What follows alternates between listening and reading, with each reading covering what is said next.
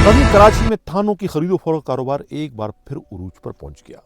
गुज़िश्ता रोज़ जो है वो मलीर डिस्ट्रिक्ट में 2 और ख़ुद कोरंगी डिस्ट्रिक्ट में 1 एसएचओज़ की पोस्टिंग का परवाना जारी कर दिया गया। तीनों पोस्टिंग में जो है बहुत बड़ी रोकड़े जो है वसूल किए जाने की इत्तला मिली है। कहते हैं ना कि बाज़ औक़ात अपने हाथों से बांधे हुए गांठ जो है उन्हें दांतों से खोलना पड़ता है। ये क्या मामला है, इस पर भी आज के प्रोग्राम में हम डिटेल से बात करेंगे। मैं हूं हनीफ दवामी और आप लोग देख रहे हैं programme the Awami show. Karachi से हमारे नुमाइंदा खसूसी अमराज़ ने जो एक रिपोर्ट भिजवाई है, उनकी रिपोर्ट के मुताबिक मलीर डिस्ट्रिक्ट के थाना सुखन में जो है वो एक इंस्पेक्टर राना खुशी मोहम्मद की पोस्टिंग कर दी गई है। ये वही राना खुशी मोहम्मद है जिसे खुद एसएसपी मलीर काशिफ अब्बासी ने मलीर कैंट थाने से मुअत्तल कर दिया था, क्योंकि उनके ख़िलाफ़ ये शिकायत आई थी कि एक प्लाट पर कब्ज़े के मामले में उन्होंने मुबैना तौर पर 18 करोड़ रुपए वसूल किए और हिस्सा ऊपर नहीं पहुंचाया, जिस पर जो है वो उनके ख़िलाफ़ कार्रवाई करते हुए उन्हें उस वक्त मुअत्तल कर दिया था और उनके ख़िलाफ़ इंक्वायरी भी शुरू करवा दी थी। लेकिन उस इंक्वायरी क्या हुआ किसी को कुछ नहीं पता। लेकिन गुज़िश्ता रोज़ जो है फिर ख़ुद एसएसपी मलीर काशिफ अब्बासी को अपने ही हाथों से उन्हें मलीर के सबसे ज़्यादा कमाऊपूत थाना सुखन का एसएचओ लगाना पड़ा। क्यों लगाया, किसका फ़ोन आया, आप सब जानते हैं कि कहीं से डंडा हुआ तो उनको हाथ जोड़कर जो है उन्हें सुखन थाने का एसएचओ बनाना पड़ा।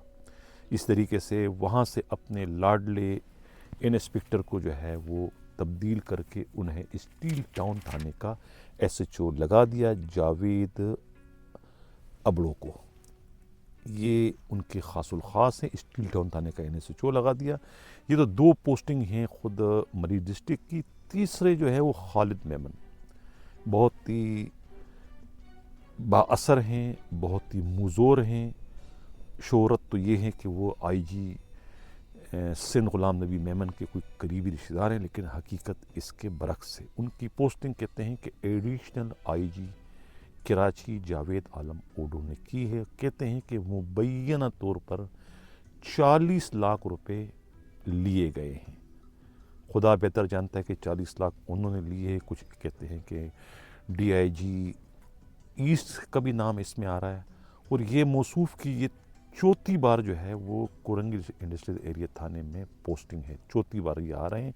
अभी 1 महीने या 2 माह पहले जो है वो उन्हें इसी थाने से जो है वो डाका जनी और लूटमार की बढ़ती हुई वारदातों पर जो है वो तब्दील कर दिया था।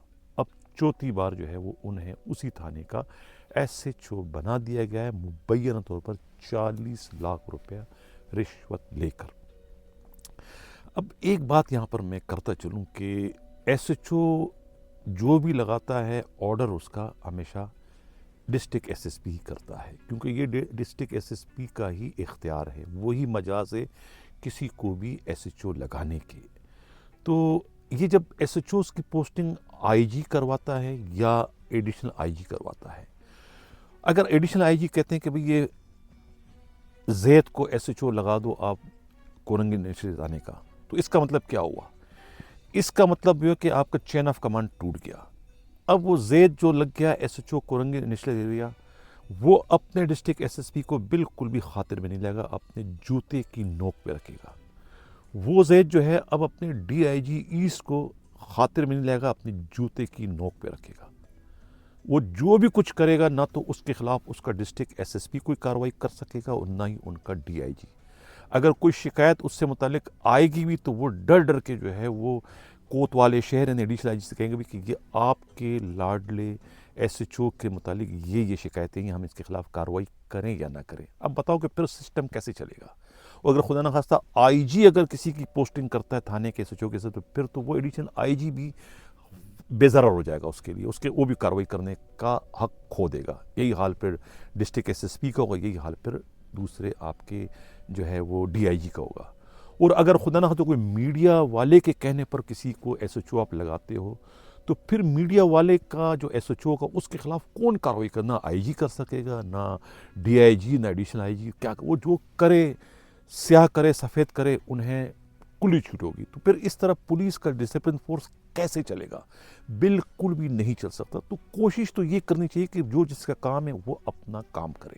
یعنی ڈسٹرکٹ ایس ایس پی کی ذمہ داری ہے کہ وہ جس کو چاہے اپنے ڈسٹرکٹ میں ایس ایچ او لگائے، کیونکہ کام اس نے لینا ہے. ایک سرجن کو اگر آپ سرجری کے آلات اس کے اپنے مرضی کے مطابق نہ دو گے تو پھر وہ آپریشن اچھی طریقے سے نہیں کر سکے گا. پھر آپ اس بات کی اس سے امید نہ رکھو کہ وہ جس کا علاج کر رہا ہے وہ بندہ زندہ بچے گا یا آپریشن میں مر جائے گا. یہ پھر اللہ میاں پہ چھوڑ دیں، پھر وہ نہیں کر سکے، اس لیے کہ اس کے پاس جب اس کی مرضی کے آلات نہیں ہیں تو کیا خاک آپریشن کرے گا؟ یہی کام جو ہے وہ ڈسٹرکٹ ایس ایس پیز کا ہے.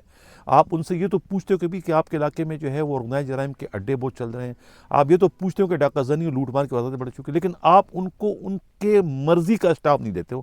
مرضی کا اسٹاف آپ اپنا لگاتے ہو، تو وہ کیا خاک وہاں کام کرے گا؟ وہ تو کوئی بھی نہیں کرے گا. ظاہر ہے کہ وہ تو ان سے پوچھ بھی نہیں سکتا. جو بندہ ڈی آئی جی لگائے گا، جو بندہ آئی جی لگا، جو بندہ ایڈیشنل آئی جی لگائے گا، ایس ایچ او جو میڈیا والا لگائے گا، تو اس سے وہ بیچارہ ایس ایس پی کیا پوچھے گا؟ نہیں پوچھ سکتا ہے. اس کی اپنی نوکری خطرے میں پڑ جائے گی. تو وہ جرائم کی وارداتیں کیسے روکے گی؟ نہیں روکتی. تو یہ جو ایک طریقہ کار ہے اس کو ختم کرنے کی ضرورت ہے. آپ لوگوں کے منہ کو رشوت لگ چکی ہے، حرام لگ چکی ہے، تو حرام کہیں اور سے کھائیں نا. اس اتنے اہم ترین پوسٹنگوں میں تو خدا کے واسطے آپ حرام نہ کھائیں نا. آپ ویسے ہی جو ہے سرکار کے فنڈ کی ماں بہنیں کر رہا ہو، وہیں سے اپنا پیٹ بھرو.